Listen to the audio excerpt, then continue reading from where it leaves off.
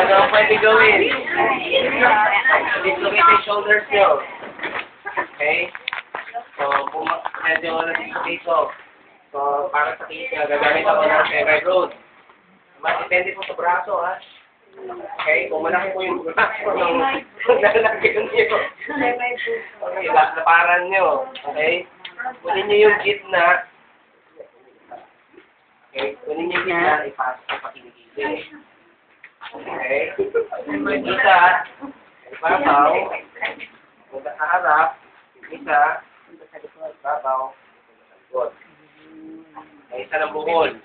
Either dito, or dito.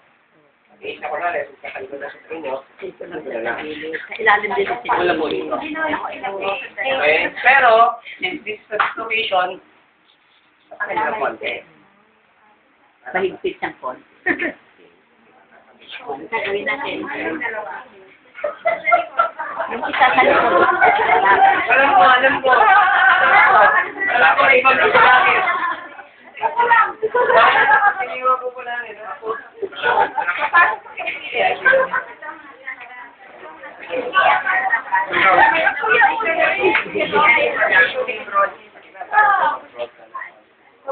Sa likod ako yun, dalipat ako.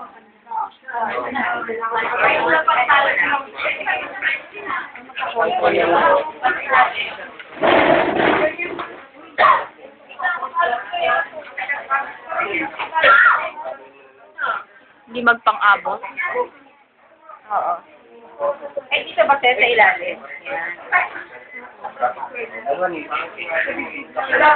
mo. Dapat nga.